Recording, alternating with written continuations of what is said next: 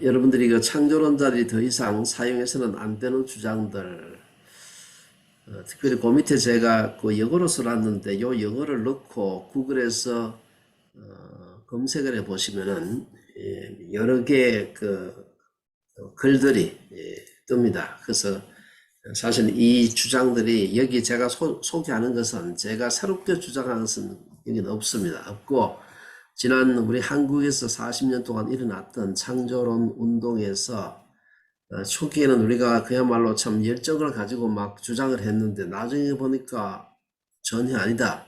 틀렸다는 것이 명확하게 밝혀진 그런 사실들이 굉장히 많습니다. 그래서 저희가 다시 창조론 운동에 처음 참여했던 사람으로서 한편으로는 좀 반성하고 회개하는 그런 의미도 좀 있습니다. 물론 제가 지금 오늘 제시하는 게 한 20몇 개 정도가 되는데 그거를 모든 창조론자들이 다 똑같은 거 이걸 주장한 건 아니에요. 그러나 창조론이란 이름으로 일부에서 혹은 전체에서 또 어떤 것은 지금까지도 똑같은 것을 계속해서 주장하는 분들이 있습니다. 그래서 저도 창조론 운동의 한 부분을 담당했던 또 하고 있는 사람으로서 우리가 아까 말씀드린 대로 반성과 회개하는 의미도 들어있다 하는 것을 기억하시고 이제는 우리가 이러한 그 주장들을 해서는 안 된다 하는 말씀을 좀 드리고 싶은 겁니다.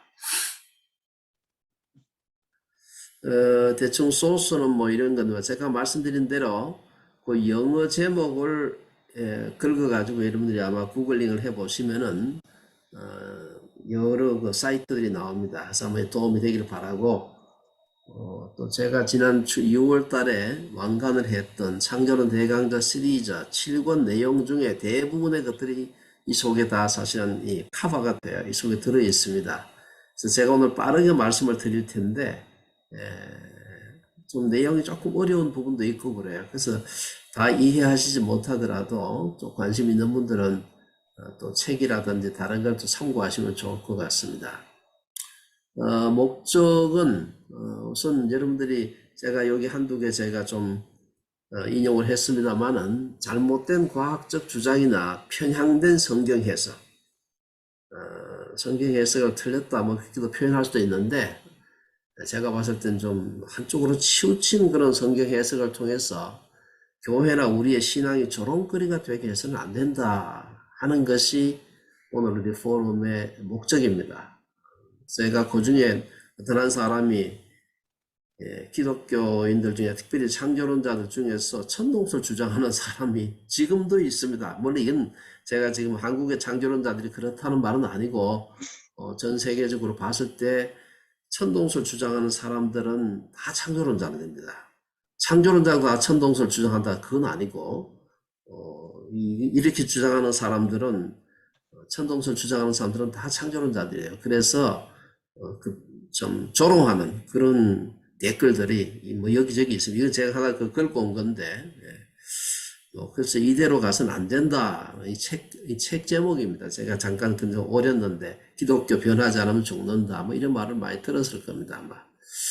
우선 그 제일 대표적으로 더 이상 우리가 주장하면 안 되는 것들 여러 아규먼트들이 젊은 지구론의 주장입니다. 젊은 지구론 혹은 젊은 우주론이 같은 얘기인데요.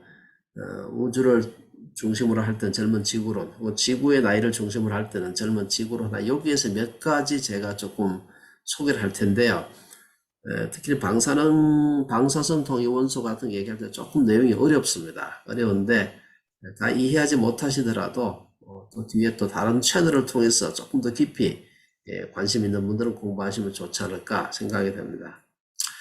우선에 방사능 연대 측정법이 부정확하다. 뭐 이유가 뭐냐면 방사능 연대 측정법은 모두가 다 오랜 연대를 보여줍니다.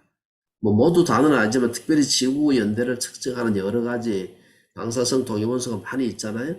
그 중에 이제 오랜 연대를 보여주는 방법들이 이제 주로 이제 지구 연대 측정하는 데 사용하는데 그렇기 때문에 마치 방사능 연대 그러면은 오랜 연대 이렇게 동일시하는 분들이 많고요. 그렇기 때문에 젊은 지구론 주장하는 분들은 방사능 연대 측정에 대해서 굉장히 소위 뭐랄까요 반대하고 심지어 헨리 모리스의 아들인 존 모리스는 방사능 연대 측정법은 사탄이 준 것이다. 사탄의 요새다. 이런 표현까지 쓰고 있어요. 그 생각해 보면은 저는 제가 그 양반이 그런 표현을 어느 책에서 쓰고 있길래 아니 방사능 연대 측정을 하나님께서 주셨으면 이거 어떻게 하려고 이런 말을 하나 제가 그런 참 염려를 하기도 했습니다. 방사능 연대 측정법이 부정하다고 주장하는 이유는 초기 조건을 모르기 때문에 방사능 연대 측정 부정확하다 그렇게 얘기를 해요. 그런데 제가 밑에 그림을 어디 하나 뭐 인터넷에서 가지고 와서 좀 잘랐는데 예를 들어서 어떤 그릇에 통에 얼음이 있을 때 얼음과 물이 공존하고 있을 때 얼음의 녹는 속도를 알면은 그 녹은 물의 양을 측정을 하면은 이 얼음이 언제 여기서 갖다 놨는지 우리가 이 시간을 알 수 있지 않느냐. 이때 이제 하나의 가정이 뭔가 하면은 얼음에 처음부터 물은 하나도 없었고 처음부터 얼음만 있었다는 가정을 해요. 초기 조건이 물 제로 얼음만 있었다. 여기 초기 조건이 이제 맞아야 되는데 누가 처음에 그걸 갖다 놓은 사람을 알면은 다행인데 뭐 비디오를 찍어 놓던지 뭔가를 알면 되는데 모르는 경우 어떻게 우리가 그 연대가 정확한지 시간이 언제 갖다 놨는지 어떻게 알겠느냐. 사실 이 말은 상당히 그럴듯한데요. 제가 여기에 G. 브렌트 달림플이라고 미국의 유명한 그 연대 측정, 특별히 방사능 연대 측정에서 세계적인 아주 분이죠. 미국의 USGS라고, United States Geological Survey라고 유명한 미국 정부의 그야말로 뭐 나사와 같이 제일 돈을 많이 쓰는 그런 미 정부 기관 중에 굉장히 많은 여기저기 그 브랜치 그 리서치 센터를 가지고 있습니다. 그게 대표적인 방사능 연대 측정 학자인데 이분이 한 얘기를 제가 인용을 제 책에서 제가 인용을 했습니다. 이거 제 책에서 걸고 온 건데 여러 가지 그 지구 연대 측정, 특별히 방사능 연대 측정의 방법이 한 40여 가지 이상 되잖아요. 되지만 그 중에 이제 지구 연대 측정을 할 때는 주로 우라늄이 납으로 변해간다든지 혹은 칼륨 혹은 포타슘이 아르곤으로 변해가는 이런 걸 사용을 해요. 이것들이 지구 연대와 비슷하게 굉장히 반감기가 깁니다. 근데 다른 것들은 방사능 연대 측정을 하는 방사선 동위원소가 고체고 그 다음에 그것에 그 엔드 물질이라고 해서 도트 머티리얼이죠. 그거는 또 같은 고체예요. 왜냐면 우라늄도 고체고 납도 고체잖아요. 그런데 포타슘 아르곤 연대 측정에서 아르곤은 기체예요. 그러니까 도트 엘리멘트가 기체예요. 그렇기 때문에 마그마가 이제 굳어가지고 그 바위가 될 때, 암석이 될 때 마그마 속에 액체 상태를 있을 때는 포타슘은 고체이기 때문에 그 속에 그냥 들어있을 수 있습니다. 그러나 아르곤은 기체 상태로 그 마그마 속에 들어있을 수는 없어요. 포타슘이 아르곤으로 붕괴해도 아르곤이 된 뒤로는 암석 밖으로 날아가 버려요. 그렇기 때문에 그 암석이 굳어져 가지고 식기 시작한 연대는 그거는 그야말로 우리가 마그마 있는데 알 수가 없어요. 그러나 마그마가 굳어서 암석이 되었을 때부터 지금까지 쭉 경과한 시간은 알 수가 있습니다. 왜냐하면은 굳어 가지고 고체가 됐을 때 비로소 포타슘이 붕괴해서 생긴 아르곤이 그 바위 속에 갇혀가 있을 수 있거든요.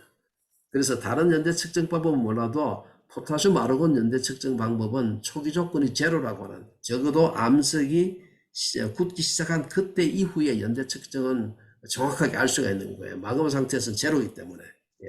그래서 제가 더 깊은 뭐 설명은 하지 않겠습니다만은 요건 아주 분명한 사실. 그래서 포타슘 아르곤 연대 측정법은 명확하게 초기 조건을 몰라도 문제가 안 되는 그런 연측 방법이고요. 두 번째 그 연대 측정 방사능 연대가 부정확하다고 하는 이유는 반감기가 일정하지 않을 수 있기 때문이다. 사실 반감기가 여기 이제 좀 오래된 반감기를 가진 몇몇 방사능 연대 측정에 사용되는 몇 가지 그 원소들을 보여주고 있습니다만 반감기가 뭐 긴 거는 1000억 년 이상 되는 거부터 시작을 해서 우리가 또 제일 많이 유기물질들의 그 연대를 측정하는 카본 14, 보통 카본 12지요. 그럼 방사능을 띠고 있지 않는데 카본 14는 여러분 그 방사능을 띠고 있고 연대 측정하는데 반감기가 5730년입니다. 그래서 1000억 년부터 5700년까지 굉장히 다양합니다. 어떤 건 뭐 아주 그야말로 0. 몇 초 되는 그런 0.00 몇 초 되는 그런 반감기를 가진 그런 방사능 원소도 있습니다.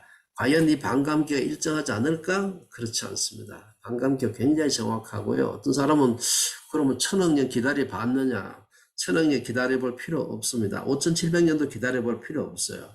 우리가 방사능을 측정할 수 있는 장치는 지금 굉장히 많습니다. 전통적으로 여러분 가이거 계수기, 가이거 카운트 같은 이런 아주 그 전통적인 기기로부터 시작을 해서 최근에는 그야말로 원자 한 개가 붕괴해도 알 수 있을 만큼 정확하게 측정할 수 있는 기계가 굉장히 많은데 지금까지 측정해 본 바로는 반감기가 굉장히 일정합니다. 뭐 100%는 아니지만 거의 뭐 99% 이상 일정합니다. 여기 제가 몇 가지 예를 제가 해놨습니다만은 방사성 동위원소의 14가지 붕괴 양식이 있습니다. 여러분 혹시 그냥 알파 붕괴, 베타 붕괴, 감마 붕괴만 생각하는데요. 그 외에도 굉장히 많습니다. 한 14가지 정도 대표적으로 방사성 동위원소가 붕괴하는 양식이 있는데 그 중에서 다른 건 거의 변화가 없어요. 그 중에서 그나마 조금 변한다고 생각하는 것들이 제가 전자포획, 제가 이 메커니즘 설명하지 않겠습니다. 물리학에서 뭐 많이 쓰는 그런 메커니즘인데 그 다음에 전자의 내부 전환 이런 걸 통해서 방사성 동위원소가 붕괴합니다. 이것이 유일하게 조금 변한다고 하는 그런 것이 알려져 있는데 이런 것조차도 화학적 환경적 원인에 의해서 1% 미만 변해요. 그래서 우리가 45억 년이 뭐 10,000년이 된다든지 이런 일은 있을 수가 없습니다.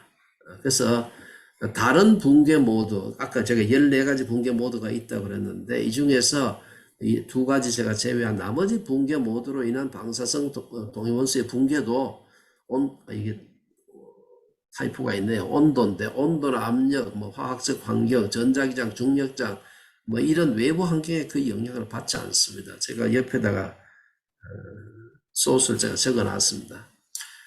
그리고 이제 원소에 따라 가지고 어떤 건 약간씩 그 변화되는 게 있습니다. 그 중에 실리콘 32, 실리콘이 보통 28이죠. 그거는 이제 방사능이 없습니다. 근데 실리콘 32는 방사능을 가지고 있어요. 방사능 동위원소죠. 그 다음 망간 54, 라디움 226, 이런 것들은 태양 활동에 따라서 태양으로부터 엄청난 우주선이 날아오잖아요. 그게 이제 태양 활동이 강해졌다 약해졌다 이렇게 하는데 따라 가지고 약간 붕괴율이 변화가 있습니다. 그 0.1% 정도예요. 그러니까 무슨 45억 년이 뭐 10,000년, 20,000년 이렇게 떨어지는 것은 전혀 있을 수가 없다는 걸 알아야 됩니다. 그래서 방사성 동위원소 반감기는 문제가 되지 않습니다. 세 번째, 이것도 역시 마찬가지인데요. 제가 요즘 책에 걸 제가 제 그림은 아닙니다. 이게 왜냐면 워낙 유명한 모든 핵물리학 책에 보면은 다 나오는 이 그래프예요. 여기 뭔가 하면 우리 지구상에 자연적으로 존재하는 원소가 92가지가 있잖아요. 수소부터 우라늄 92번까지가 있는데 그것들의 안에 핵을 구성하고 있는 핵자들, 우리 흔히 말하는 양성자, 중성자지요. 요 한 개를 그 핵으로부터 떼어낼 때 필요한 에너지, 이걸 갖다가 소위 핵자들의 바인딩 에너지라고 얘기를 합니다. 여기서 세로 축은 메가 일렉트론 볼트입니다. 그냥 일렉트론 볼트가 아니고 일렉트론 볼트라는 건 아마 우리 사이언스 하는 분들은 다 알 겁니다. 아주 작은 에너지 단위입니다. 근데 수소 같은 경우는 한 개 떼내는데 드는 게 1메가니까 약 한 100만 일렉트론 볼트고, 그 다음에 이제 그 원자번호가 쭉 증가하면서 헬륨도 헬륨 3가 있고, 또 수소도 동위원소가 또 있으니까 리튬, 그 다음 베릴륨 합쳐 원자번호가 점점 증가함에 따라서 급속하게 바인딩 에너지가 증가하다가 최고가 어디가 되는가 하면 FE56이라고 써놓은 거 있죠? 여기 최고입니다. 그래서 여기서 제가 그 다음 숫자를 적어 놓은 게 있어요. 거기서 8.7 메가 일렉트론 볼트 최대치가 되고 그 다음엔 조금씩 감소해요. FE가 철이죠. 철이 핵자당 결합 에너지가 제일 큽니다. 그래서 철보다 더 가벼운 원소들은요, 핵융합을 시키는 게 편하고, 철보다도 더 무거운 그쪽에 있는 것들은 핵분열로 핵분열을 시키는 게 더 편합니다. 그래서 우리 제일 잘 아는 것이 철보다 제일 무거운 원소 중에 제일 큰 게 바로 우리가 잘 아는 우라늄이죠. 대표적으로 제일 그야말로 중성자로 때리기만 하면 그냥 붕괴하는 그래서 그 다음에 핵융합 수소 폭탄 같은 거 만들 때 쓰는 수소 같은 것은 제일 가벼운 쪽이니까 이전 융합을 쓰는 겁니다. 제가 왜 이런 말씀을 드리는가 하면은 이 핵자들의 에너지가 무지하게 크다 하는 사실을 알아야 됩니다. 100만 단위, 철 같은 거 제일 큰 거는 870만 일렉트론 볼트 이렇게 커요. 보통 화학적인 반응 같은 거는 다 10 일렉트론 볼트 미만이에요. 이 말은 무슨 말인가 하면 핵자단 결합 에너지가 이렇게 크다는 말은 바깥에서 가해주는 어떤 에너지 혹은 자극으로 인해 가지고 결합 에너지가 워낙 크기 때문에 붕괴하는 속도가 변화하지 않습니다. 이건 굉장히 상식적인 우리 사이언스, 특별히 물리학에서 상식적인 얘기입니다. 예를 들어서 우라늄 1g은 유연탄 3톤에 해당하는 에너지를 낼 수가 있습니다. 이 말은 그만큼 우라늄에서 그 에너지를 내는 메커니즘하고 유연탄 3톤을 태워가지고 이 화학적 에너지죠. 이거하고는 차원이 서로 다릅니다. 그래서 유연탄 태우는 그 속도야 우리가 마음대로 조절이 되죠. 그러나 우라늄 붕괴는 우리가 마음대로 바깥에서 어떤 화학적 환경을 바꾸어서 붕괴 속도를 변화시킬 수는 없다. 또 하나 그것은 부정확하다고 주장하는 이유 중 하나는 부정확하다고 주장하는 것에 대해서 반박하는 것, 저거는요, 이건 조금 어려운 얘기인데 이건 좀 관심 많은 분들 저희 책을 좀 참조하시면 좋을 것 같습니다. 창조 연대 논쟁의 이 문제를 이걸 어떻게 설명을 쉽게 할 수 있을까 제가 고민을 많이 해요. 이 그림은 제가 그린 그림입니다. 그렸는데 제가 그냥 손으로 그냥 이렇게 설명을 좀 하겠습니다. 우리가 이제 방사능 연대 측정을 하는 시료들은 모두가 다 화성암들입니다. 화성암의 대표적인 암석이 화강암인데 우리가 화강암이 하나가 있을 때 우리나라 예를 들면 뭐 백운대라든지 뭡니까 우리 서울 근교에 있는 모든 대부분의 바위들은 다 그 화강암들입니다. 그래서 한국이 여러분 지하철 내려갈 때 쓰는 모든 그 돌계단 전부 다 화강암들인데 그 화강암이 사실은 연대 측정을 하는데 아주 좋은 그런 암석입니다. 거기 보면은 아까 말씀드린 대로 우리가 방사능 연대 측정에 사용되는 동위원소만 40가지 이상 있다 그러는데 그걸 다 측정하진 않아요. 그중에 대표적으로 사용되는 방법이 이제 포타슘 아르곤이라든지 우라늄 납이라든지 뭐 루비디움 스트론튬이라든지 여기 제가 루비디움 스트론튬 그래프를 좀 긁어다 놨습니다만은 이것들이 다 그 반감기가 달라요. 반감기가 다른 원소들이 한 암석 속에 들어있는 겁니다. 여기저기에. 그래서 측정을 할 때 방사능 연대 측정을 할 때 우라늄이 납으로 변화가는 그것만 하지 않고 포타슘 아르곤 방법도 사용하고 루비디움 스트론튬 방법도 사용하고 여러 가지 방법을 동시에 한 암석이니까 연대가 같잖아요. 그래서 서로 다른 반감기를 가지고 있는 그 원소를 사용하는 거예요. 그래서 그 원소를 갖다가 M1, M2, M3, M4 하면 이것들은 시간이 T0, T1, T2, T3를 가면서 시간에 따라서 붕괴하는 속도가 달라요. 다른 것들이 여기 보면은 같은 시간 지났더라도 M1은 요만큼 이제 여기 보면 이제 그 D라고 쓴 것이 total 소위 자원소죠. 예. 시간이 지나면서 자원소가 점점 많아지죠. 예. 전체 단어는 이제 이게 처음에 전체 다 모원소인데 이게 점점 늘어져. 왜냐면 붕괴해서 점점 자원소가 많이 생기니까. 그런데 이것이 양이 속도가 다 달라요. 이게. 예. 다른데 각 원소마다 가지고 있는 반감기를 가지고서 서로 간에 비교를 하게 되면 이게 딱 맞아요. 이게. 그 그래프를 그린 것이 소위 등시선 그래프라는 것인데 제가 이건 설명을 자세히는 하지 않겠습니다만 만약에 측정을 잘못했다 혹은 초기 조건이 다르다 이 방법에서는 초기 조건이 필요가 없어요. 왜냐하면 초기 조건에 관계없이 여기 그려진 이 그래프에서 기울기가 연대입니다. 그렇기 때문에 이렇게 내려가게 되면 여기 초기 조건인데 초기 조건 몰라도 처음에 그 우라늄에서 납은 하나도 없이 우라늄만 있었다. 그런 가정을 하지 않아도 기울기만으로 연대를 측정할 수가 있기 때문에 초기 조건은 아예 이 등시선 연대 측정법에서 문제가 되지 않아요. 그 다음에 중간에 만약에 오염이 됐으면 시료 속에 우라늄하고 납, 이 연대 측정을 하는데 나중에 납이 다른 데서 막 들어올 수 있잖아요. 혹은 우라늄이 붕괴해서 없어진 것이 아니고 그냥 빠져나갈 수도 있다. 그래 되면은 이게 직선상이 오질 않습니다. 이게.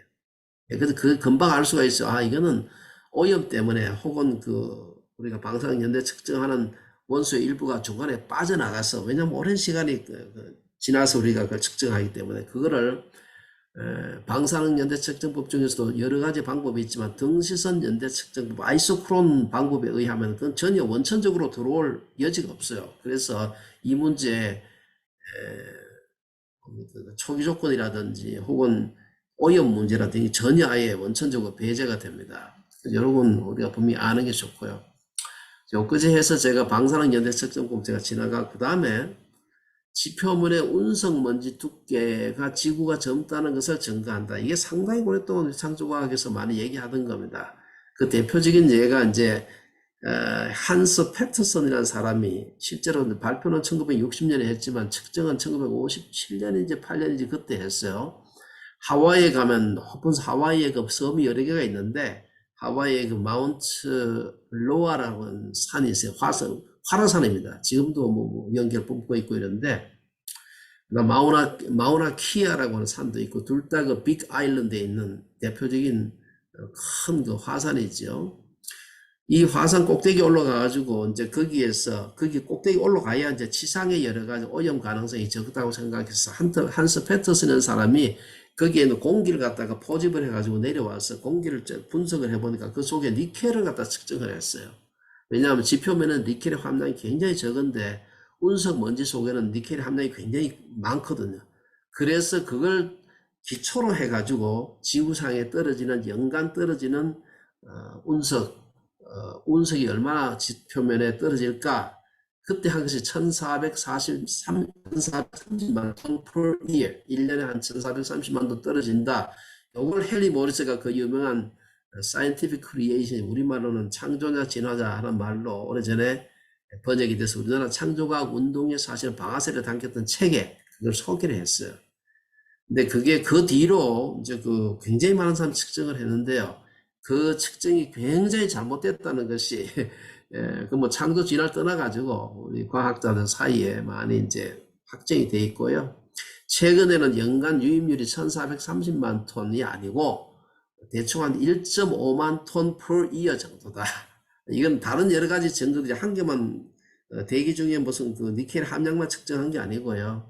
여러 가지 측정들을 한 걸 통합해 봤을 때 그 정도밖에 안 된다 하는 것이 이제 최근은 다 밝혀져 있고 이제 더 이상 이연구하지 않습니다. 왜냐하면 다 밝혀져 있기 때문에. 요게 제가 요약한 건데 빨간색으로 표시한 소위 세틀라이트 데이터 혹은 레이더 데이터가 제일 정확하다고 봐요. 오염의 가능성이 제일 적다고 보는데 대략 이게 한 10,000톤 per year에서 20,000톤 per year로 보는 게 맞아요. 그러면 1430만 톤에 근거해서 지구상에 지금 보니까 운석의 먼지가 조금밖에 없다.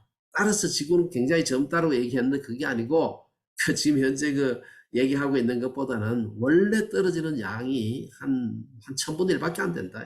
그렇게 하게 되면은 뭐 젊은 지구로는 뭐 지구가 젊다, 6000년 됐다 그렇게 할 수 있는 주장의 근거가 없어지는 거죠. 달 표면의 먼지도 마찬가지다. 그래서 한스 패터슨의 그 지표면에 떨어지는 운석 먼지 유입률을 근거로 해서 달도 비슷하게 떨어지지 않을까 해가지고 측정을 그걸 근거로 해서 달 표면에는 굉장히 두꺼운 아마 수십 메타의 먼지가 쌓여 있을 것이다. 그러면 달 착륙선이 갔다가 착륙했다가 먼지 속에 빠지면 어떻게 할까 하고 염려가 되지 않았을까 뭐 그렇게 얘기를 해서 근데 여러분 알다시피 1969년이죠. 최초로 그 아폴로 11호가 갔을 때 닐 암스트롱 같은 사람이 발자국 남길 정도의 달 표면 먼지밖에 없었습니다. 이때도 역시 소위 그 달 표면에 떨어지는 먼지의 유입률, 우주 먼지의 유입률이 굉장히 과대평가가 되고 지금은 굉장히 정확합니다. 그래서 이건 잘못된 달 표면에서 현재 침식 속도 생각하고요. 달 표면 침식 속도가 아주 늦습니다. 그래도 침식은 되긴 돼요. 그걸 기초로 해서 하게 되면 달 표면에서 대개 먼지가 한 2cm 쌓이는데 한 10억 년 정도 걸린다 이렇게 보고 있습니다. 그렇다면 그 연대가 지금 한 40억 년 좀 넘었다고 보자. 지구 연대하고 비슷합니다. 그렇기 때문에 현재 우리가 달 사진에서 보는 그 달 표면의 먼지하고 달 연대는 거의 정확하게 일치하고 있습니다. 그래서 이런 거를 우리가 옛날 이제 과거에 썼는데 요즘은 최근은 이 아규먼트 잘 안 써요. 안 쓰긴 하는데 그래도 이 공부를 열심히 안 하는 분들, 최근에 나온 데이터를 잘 안 보는 분들이 옛날 주장 가지고서 달 표면에 먼지가 없는 걸 봐라, 달이 젊은 증거다, 그런 무지한 얘기를 막 하고 있는 분들이 있는데 다신 그런 얘기하면 안 됩니다. 그 다음에 생물학, 인류학 쪽에서 그런 주장들도 있는데요. 새로운 종은 생겨나지 않는다. 왜냐하면 하나님께서 그 종류대로 생물을 창조했다고 성경에 기록되어 있지 않느냐. 여기서 우리가 하나 알아야 될 것은, 제가 뭐 할 얘기가 많습니다만, 일단 종이라고 하는 개념 자체는 우리가 잘 아는 대로 린네가 제안한 일종의 그 분류 단위입니다. 가장 작은 분류 단위인데, 여기 대해서 가장 그 유명한 20세기의 진화론자가 마이어라고 하는 하버드 대학 교수인데, 이 사람이 내놓은 그 종의 정의가 있어요. 뭐 아주 간단한 정의입니다만은, 여기 뭐 종이라고 하는 것은 a distinct community of reproductively isolated population. 그래서 생식적 격리가 되어 있는 그 집단들을 말한다. 서로가 교미할 수 있고 새끼를 낳을 수가 있으면 그건 같은 종이라고 보는 거예요. 하여튼 그 스피시스라고 하는 개념은 성경의 그 새로운 종류, 새로운 아니고 종류하고는 전혀 다른 개념이다라는 것을 아셔야 됩니다. 그래서 종의 불변, 이것을 가지고서 주장을 하면 안 됩니다. 왜냐하면 새로운 종이 생겨나는 것은 아주 빠른 속도로 생기는 건 아니지만, 실험실이나 혹은 자연계에서 새로운 종은 지금도 생겨나는 것이 관찰되고 있습니다. 관찰되고 있는 현상을 아니다라고 주장을 하면 안 되고요. 그 다음에 종이라는 개념 자체가 아주 작은 인위적인 분류단이다. 그렇기 때문에 성경의 종류라고 말하고 같다 이렇게 주장을 하면 안 돼요. 그래서 제가 이번에 그 재작년에 발표했던 인류의 기본과 역사적 아담이라는 그 책에서 제가 새로운 개념을 좀 사용하는 것이 필요하다 해서 제안한 것이 바로 창조의 유연성 개념입니다. 소진화, 종 간의 변화는 많이 일어나는 일인데 그것을 우리가 볼 수 있는 거예요. 그래서 하나님께서 창조를 하실 때 그렇게 막 기계적으로 엄격하게 만드신 게 아니고 생물들 간에 약간의 변화가 일어날 수 있도록, 우리 마치 사람들 사이에 얼굴이 다 다른 것처럼 그 범위가, 베리에이션의 범위가 생각보다도 종보다는 조금 더 높은 단위에까지 사실은 왔다 갔다 합니다. 이게 새로운 종도 생겨나고요. 그래서 그걸 설명하기 위해서 조금 더 큰 분류 단위가 필요한데, 그 분류 단위 내에서는 자유롭게 이렇게 교배를 통해서 서로가 변이가 가능하다고 보자. 그 단위를 갖다가 생각할 때 창조의 유연성이라는 개념으로 설명하는 것이 더 좋지 않을까 해서 제가 제안한 개념입니다. 그래서 새로운 종이 생겨나지 않는다고 주장하면 안 됩니다. 생겨나지만, 그러나 그렇다고 해서 단세포 생명체에서 사람까지 진화한다, 그거는 이제 또 다른 소설 쓰는 건 그 말이 안 되고요. 그래서 새로운 종은 생겨납니다. 명확하게. 지리적 격리를 통해서도 생겨나게 되고, 뭐 여러 가지를 통해서 생겨납니다. 자연적으로도 생겨나고 실험실에서도 생겨납니다. 만들 수 있습니다. 이거는. 이런 얘기가, 시조새 화석은 날조된 것이다. 여러분, 시조새 화석은 뭐 설명이 필요 없이 아주 유명하죠. 근데 이것은 날조된 것이 아닙니다. 시조새 화석은 제일 먼저 발견된 것은 1860년에 독일의 남부의 그 솔른호펜이라고 하는 스키암 광산에서 처음 발견된 것인데, 그 뒤로도 그 인도에서 상당히 떨어진 데서도 총 12개의 시조새 화석이 발견되어 있고, 그때 솔른호펜에서 발견된 화석은 이게 상당히 보기가 쉽지 않은데, 여러분 혹시 베를린에 들를 기회가 있으면 훔볼트 대학이라고 대학이 있어요. 독일 대학이죠. 대학의 박물관에 가시면 이 원본을 아주 두꺼운 방탄유리 속에 넣어가지고 거기서 전시를 하고 있습니다. 이거는 날조된 것이 아니에요. 이건 시조새 화석 날조되었다고 주장하는 사람인데 멀쩡하게 12개 시료가 다 남아 있습니다. 그래서 이런 얘기를 하면 안 돼요. 명확한 사실을 갖다가 부정을 하면 안 되고요. 천문학 지구과학에서 보게 되면 대폭발 이론은 반기독적이라고 생각하는 분들이 굉장히 많이 있습니다. 대폭발 이론이 무신론적인, 유물론적인 측면이 있으면 그렇게 해석하는 분들이 많아요. 그러나 여러분 아시다시피 대폭발 이론의 초기 제창자는 가톨릭 신부입니다. 조지 르메트르라고 하는 가톨릭 신부죠. 그 벨기에 그 루뱅 대학 물리학과 교수였죠. 어떤 분은 대폭발 이론의 초기 이론, 현재 오늘의 대폭발 이론이란 말은 뭐 1950년, 40년대 후반에 생겨난 말입니다만, 그것의 그 초기 아이디어는 1910년도 이때 나온 거예요. 그때 나올 때는 너무 이게 기독교적이다. 이래서 사실은 또 과학계에서 굉장히 반발이 있었습니다. 대폭발 이론을 가지고서 반기독교적이다 이렇게 말하면 안 되고요. 대폭발 이론을 반기독교적으로 해석하는 게 문제가 돼요. 다시 말해서 무신론이나 유물론적으로 해석하는 것이 문제고요. 그래서 제가 쓴 그 책에서 대폭발과 우주의 창조 이 책에서 저희 결론은 대폭발 이론은 하나님께서 오늘날 우리가 알지 못하는 과학적 방법으로 우주를 창조했다면은 뭐 우리가 알 수 있는 방법은 없죠. 과학적으로 우리가 알 방법이 없어요. 그러나 만일에 오늘날 우리가 알고 있는 과학적 방법으로 우주를 창조하셨다면 대폭발의 방법으로 창조하셨을 가능성이 가장 높습니다. 혹시 이 방법 말고 더 과학적 증거와 부합하는 그런 다른 어떤 그 대폭발이 아니라도 다른 메커니즘이 있으면 아마 여러분들이 그걸 제시하게 되면 제 생각에는 노벨상을 5개는 받을 겁니다. 아마 그건 어마어마한 업적이 돼요. 그래서 저는 대폭발 이론을 우리가 꼭 그 반기독적으로 해석하지 말자. 하나님께서 창조하신 창조의 메커니즘으로서 받아들이면 큰 문제가 없다. 그리고 이것은 확정된 이론 법칙이다 이게 아닙니다. 최선의 작업 가설이에요. 작업 가설은 무슨 얘기입니까? working hypothesis라는 것은 그렇게 가정을 하고 우주를 설명하는 것이 제일 잘 설명할 수가 있어요. 만약에 그 이론 가지고 우주를 설명을 잘 할 수가 없다 그러면 그 이론 자체나 혹은 가설을 바꿔야 되죠. 그게 작업 가설이에요. 그래서 대폭발은 하나의 작업 가설로서 우리가 받아들이면 되고 그것을 무신론적으로 혹은 유물론적으로 해석하는 그 해석 자체를 배격하면 되지 이 이론 자체를 그렇게 막 반기독교적으로 죄악시할 필요는 없다는 생각을 하시는 게 좋을 것 같습니다. 그 다음에 태양에서 중성미자가 방출되지 않는 것은 태양이 중력 붕괴에 의해서 타고 있고 이는 젊은 우주의 증거다. 이거는 아주 오래된 아규먼트인데 그래도 상당히 오랫동안 창조과학 진영에 사용했던 그런 아규먼트입니다. 태양에서 중성미자가 지금 많이 나오고 있는데 문제는 중성미자는 굉장히 디텍트하기가 어렵습니다. 질량도 작고요. 다른 것하고 인터랙션 하잖아요. 인터랙션을 잘 해야 이게 디텍트하기 쉬운데 이게 워낙 인터랙션 안 해요. 그래서 굉장히 이거를 디텍트하기가 어려워서 그렇지 태양으로부터 엄청난 중성미자가 나오고 있는 겁니다.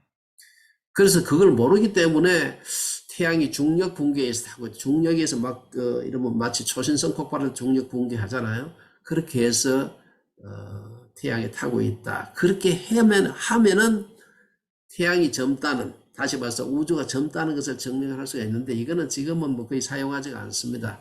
제가 설명을 좀 했습니다만은 이 주장이 나온 배경은 그 윌리엄 톰슨 나중에 이제 영국에서 자기를 받아가지고 로드 켈빈으로 이제 이름을 바꾸고 뭐 지금 다 써요. 자기 명은 로드 켈빈 경이고 그분의 원래 이름은 윌리엄 톰슨입니다. 이분이 우라늄이라든 이런 방사능 원소의 붕괴에 의해서 나오는 열에 대해서 몰랐을 때 19세기까지 몰랐잖아요. 몰랐을 때 이분이 했던 얘기예요. 이분이 무지하게 유명한 분이지만 아무리 유명한 분이라도 그 당시는 방사능이라는 개념 자체가 없었던 그런 시기에 이분이 했던 말이에요. 나중에 이제 20세기 들어와서 그 유명한 무슨 러더포드라든지 기타 뭐 이런 여러 물리학자들이 이제 발견하게 되죠.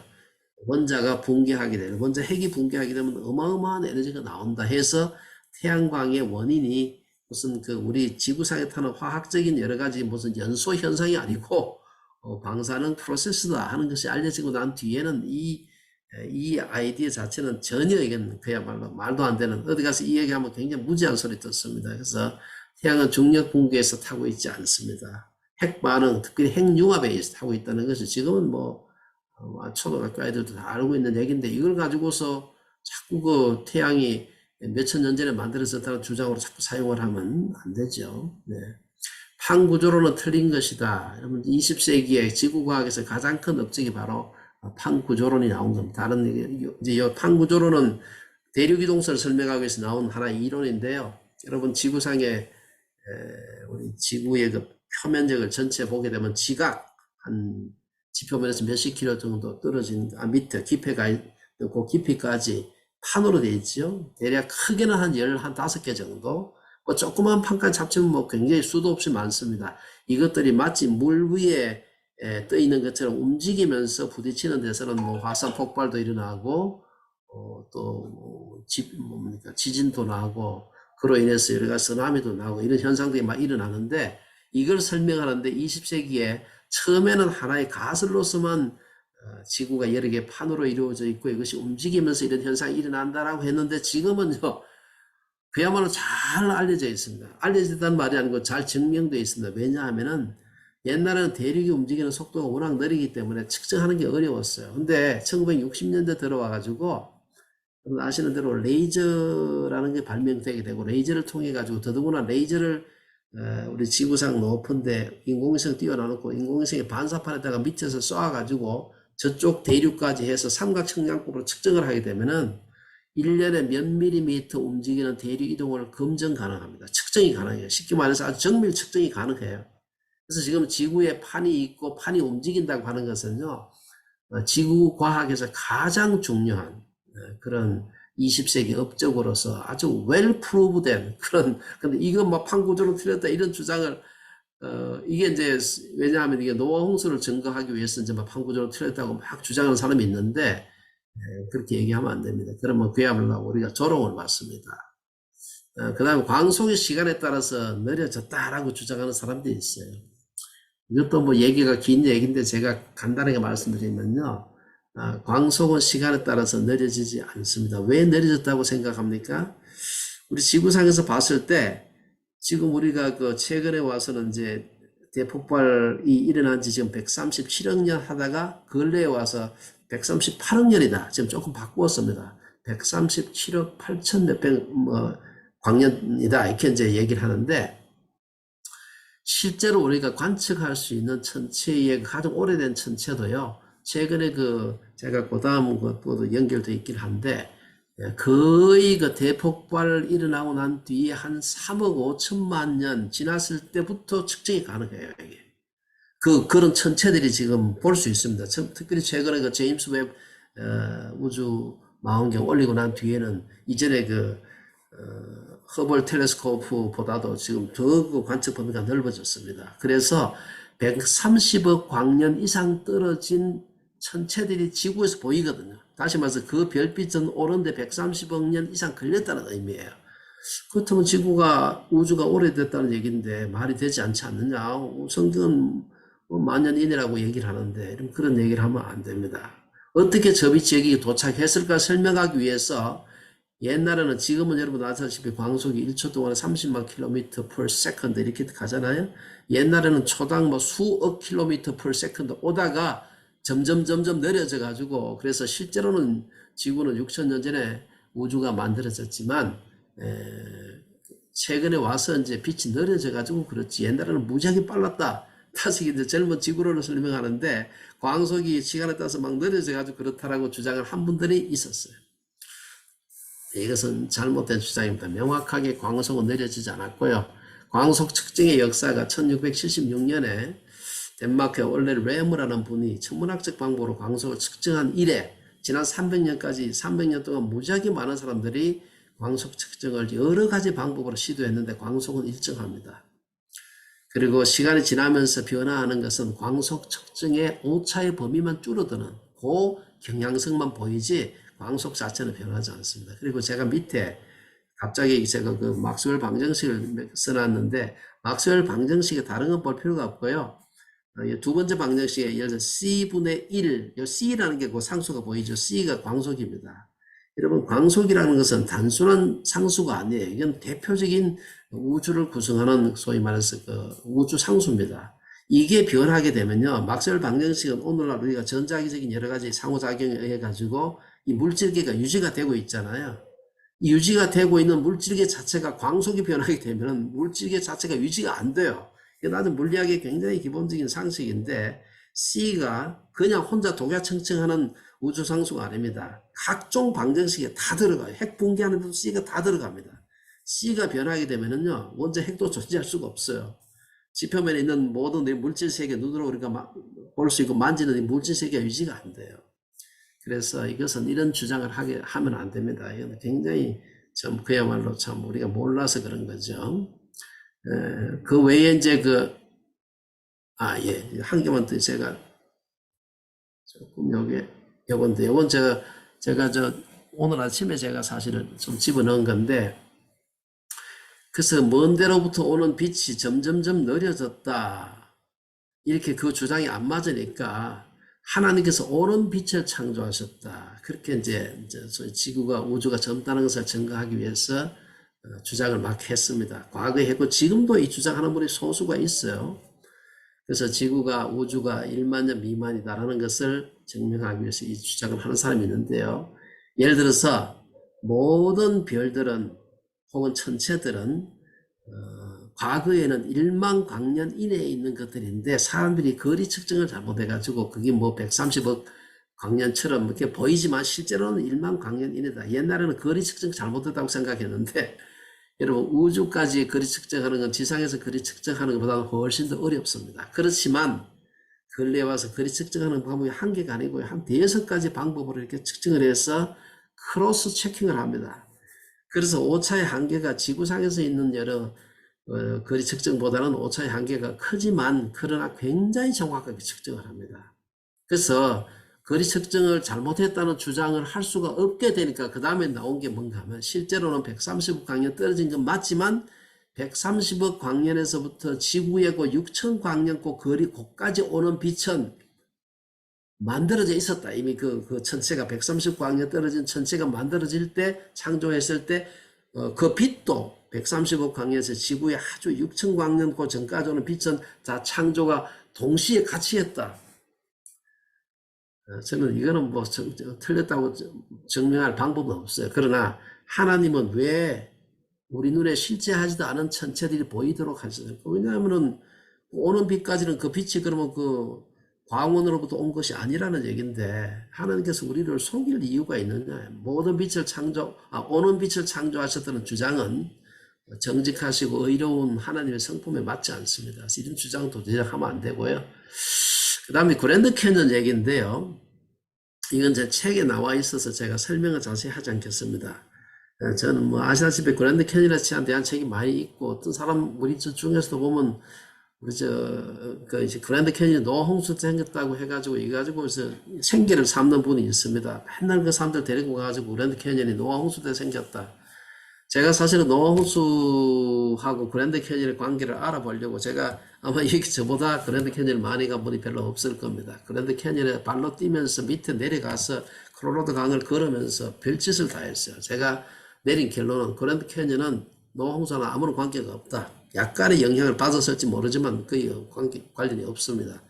제가 그래서 여기 크게 제 책에서 2가지를 나누어서 제가 얘기를 하고 있습니다. 그랜드 캐니언이 대홍수로 생기지 않은 증거들이 너무 많아요. 제가 이게 대표적으로 콜로라도 강이 사행하는 거, 이게 구불등불등 뱀처럼 이렇게 흐르는 거, 그랜드 캐니언의 우각호, 솥불처럼 생긴 툭 튀어나온 이런 호수가 여기저기 있습니다. 그랜드 캐니언 밑바닥에 그랜드 캐니언은 남쪽과 그 북쪽 사면이 서로가 비대칭입니다. 이런 것들, 그랜드 캐니언 두꺼운 퇴적층들, 본류가 이제 콜로라도 강이 흐르고 주변에 지류가 굉장히 많은데 이게 거의 수직으로 만다. 이거는요, 빠른 속도로 형성하면 절대 그렇게 생기지 않습니다. 그 다음에 그 바람에 의해 가지고 풍성한 층이 아니고요. 바람에 의해서 형성된 층이 중간에 있습니다. 이거는 노홍수도 어떻게 풍성층이 생겨요. 그래서 그랜드 캐니언에 여러 독특성들이 많습니다.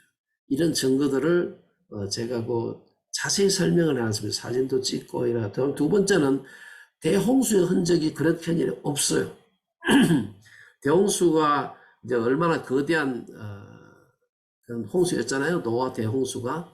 그렇다면 반드시 여기저기에 화석으로 혹은 실제적인 지형으로 거대 물결 자국이 있어야 됩니다. 그 다음에 유선형 잔류도가 없습니다. 홍수가 빠른 속도로 내려가게 되면 여러분 그 요트 있죠. 뾰족하게 생긴 그렇게 생긴 유선형 잔류도 섬이 여기저기 섬 지형이 화석으로나 실제로 지형으로 있어요? 없어요. 거대 표석이 없어요. 거대 파톨 파진 데 있죠. 이게 없습니다. 그 거대한 홍수에서 생긴 대표적인 지형이 이제 미졸라 빙하 홍수인데 제가 살던 밴쿠버에서 몇 시간 떨어지지 않습니다. 그건 제가 굉장히 많이 가봤는데 미졸라 홍수, 빙하 홍수 지역하고 비슷해야 돼요. 만약에 정말 그랜드 캐니언이 대홍수에 의해서 만들어졌습니다. 근데 전혀 다릅니다. 그 자세한 증거를 제가 거기 표시하고 있으니까 여러분들이 틈 나실 때 특별히 그랜드 캐니언 가실 때 누가 그랜드 캐니언이 노홍수 때 생겼다라고 주장하는 그 여행팀이 있습니다. 그 따라가시기 전에 반드시 제 책 읽고 꼭 가시기 바랍니다. 그리고 아이들한테 그 정말 가면 한 번 잘못된 입력이 있으면 그 다음에 굉장히 고치기가 어렵습니다. 그래서 제가 사실 한 개 한 개가 제가 챕터로 해가지고 여기 지금 제가 설명을 했는데 여러분들 참고하시면 좋을 것 같습니다. 궁창 위에 물이 있어가지고 그것이 노홍수를 일으켰다. 그게 지금도 주장을 하고 있는 그런 주장인데 이거요. 궁창 위에 물이라고 하지만 여러분 창세기 1장 6절 7절에 그 얘기 나오죠. 네. 궁창 위에 물을 수증기층이었고 그게 홍수를 노홍수를 일으켰다. 왜냐하면 그렇게 많은 홍수의 물이 한만 생각해도 성경에 근거가 없으니까 유일하게 찾은 것이 창세기 1장입니다. 궁창 위에 물이 그냥 얼음이라든지 액체물로는 있을 수 없으니까 중력 때문에 그게 아마 있었으면 수증기로 있었을 것이다. 이 주장을 하면 안 돼. 여러분 물 1cc를 갖다가 증발시키면 1600cc 수증기가 되잖아요. 그러면 노홍수 때 생겼던 그 엄청난 물이 다 수증기로 위에 대기권 상층에 존재했다면은 오늘날 홍수 지질학에 세계하고는 지금 그렇게 하면요. 지구상에 여러분 사람들이 온실효과 때문에 살 수가 없습니다. 여러분 온실효과가 이산화탄소로 의해서만 생기는 것이 아니에요. 온실효과가 제일 큰 건 메탄가스입니다. 메탄가스보다는 적지만 이산화탄소보다는 훨씬 더 큰 온실효과가 수증기 때문에 생기는 겁니다. 만약에 수증기가 노홍수 때 사용된 모든 물이 수증기가 돼서 대기권 상층에 존재했다 그러면 지구상은 아무도 뜨거워서 살 수가 없습니다. 그래서 이거는 이런 주장을 하게 되면 안 돼요. 그 다음에 이제 마지막으로 이제 성경 과학 신앙에 대한 얘기인데요. 다윈은 임종 때 진화를 부정하고 기독교를 받아들였다 하는 주장이 굉장히 많이 지금도 여기저기 뭐 강의할 때 이 소스도 제대로 안 알아보고 막 얘기하는 분들이 있는데 한 적이 없습니다. 여기 뭐 제가 몇 가지 소스를 얘기를 하고 있는데 그런 뭐 그분이 임종 때 진화를 부정했는지 한 것이 창조론자들에게 기쁜 소식이긴 하겠는데 그러나 그거는 증거가 없습니다. 그 가족들이 일단은 다 부정을 하고 자녀들, 아들들, 딸들이 부정합니다. 그래서 이거는 우리가 소위 소망사항이죠. 전혀 맞지 않는 말이다. 다음에 이건 뭐 언젠 하지 이런 일은 없으리라고 생각되지만 성경 천동설을 말한다라고 주장하는 사람이 최근까지도 있었고요. 뭐 지금도 아마 소수지만 있을지 모르고 대표적인 사람이 마샬 홀이라는 사람인데 그야말로 극우 문자주의 기독교인이죠. 성경에 천동설 지지하는 구절이 67개나 있다. 뭐 대표적인 것이 여러분 우리 10편, 19편에 있는 그런 얘기들이고 그 다음에 그 여호수아 그게 뭡니까 아말렉하고 싸울 때 해가 중천에 머물렀다 뭐 이런 기록들을 가지고서 막 주장을 해요. 제가 설명할 필요가 없어요.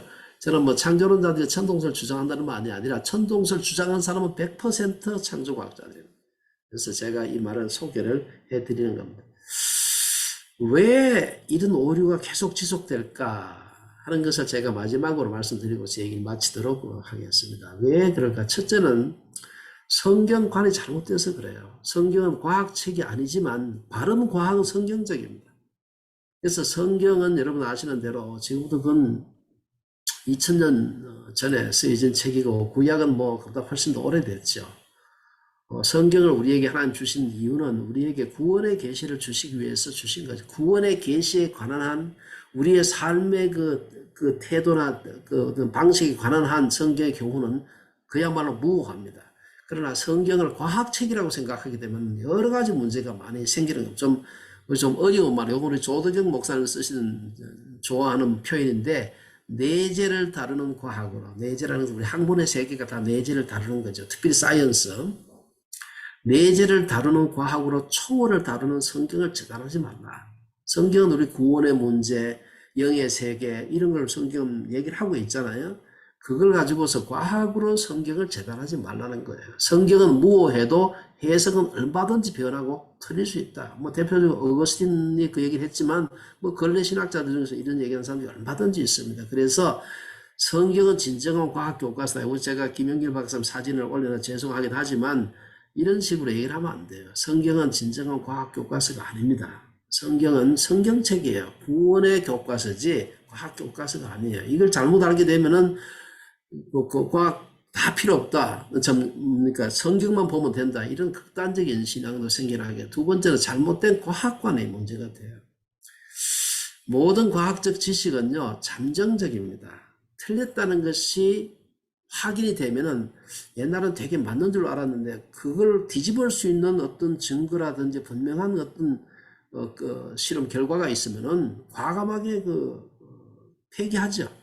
제가 여러분 제 창조론 대강자 시리즈에서 우리 아까 이광배 장로님 얘기한 것처럼 다중격변 창조론 같은 제가 주장을 하고 있잖아요. 하지만 저는 작업 가설입니다. 그것을 뒤집을 수 있는 좋은 어떤 증거가 있으면 why not? 언제라도 폐기 처분해야 되죠. 쓰레기통에 넣어야 됩니다.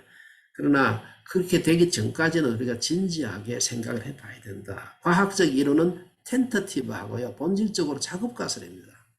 그래서 뭐 이건 절대로 틀릴 수가 없다 이렇게 얘기하면 안 돼요. 틀릴 수가 있는 거죠. 성경의 무엇을 하고 과학의 무엇을 같이 생각하면 안 돼요. 그 다음 과학의 공동체적 특성을 생각해야 됩니다. 과학은요 독야청청하는 게 아닙니다. 수많은 우리 여기 지금 들어와 계신 분들 중에서도 과학을 이 리서치를 업을 하는 분들이 많이 계시잖아요. 우리 공동대표하시는 박준호 박사님 포함해서 사실 혼자 하는 게 아니에요. 많은 사람이 그걸 이제 학술 잡지라든지 학회라든지 뭐 여러 가지 통해 가지고 서로 검증을 하잖아요. 제가 엉뚱한 주장을 해도 그 분야에 일하는 수많은 사람들이 야, 그 말도 되지 않은 소리 하지 마라. 이런 증거가 있다라고 얘기하면은 상호 검증을 통해서 교정하면서 과학은 발전하는 겁니다. 그래서 이런 것을 그래서 과학계 전체가 명확한 반복적인 실험을 통해서 틀린 것이 증명되면은 우리가 받아들여야 돼요. 그것을 갖다가 아니다라고 성경 봐라 안 그렇다 이렇게 얘기하면은 그때는 성경이 조롱을 받습니다. 교회가 조롱을 받고 우리의 믿음이 조롱을 받게 된다. 마지막으로 인간의 죄성입니다. 좀 극단적인 표현이긴 합니다만 한 번 꽂히면 헤어나오지 못하는 집착을 믿음으로 착각해서 화를 키워서는 안 됩니다. 저는 제가 여러분 아시다시피 2003년도에 내가 젊은 직원으로 주장했던 데 대해서 제가 회개하고 사람들한테 정식으로 사과해서 내가 잘못 생각했다. 이 물리학자라는 사람이 일주일만 공부해도 다 아는 사실을 꽂혀가지고 헤어나지 못해가지고 20몇 년 동안 제가 화를 키웠던 겁니다. 저의 경험에서 나온 얘기예요. 나는 도무지 틀릴 수 없다는 자기 확신을 믿음으로 착각해서는 안 됩니다. 나도 틀릴 수 있다. 내 성경 해석 틀릴 수 있고 내 과학적 주장 틀릴 수 있다. 라는 겸손한 마음이 필요합니다. 그래야 더 깊은 오류로 빠져들지 않을 수가 있는 겁니다. 예, 감사합니다. 이걸로 제 이야기는 마치겠습니다.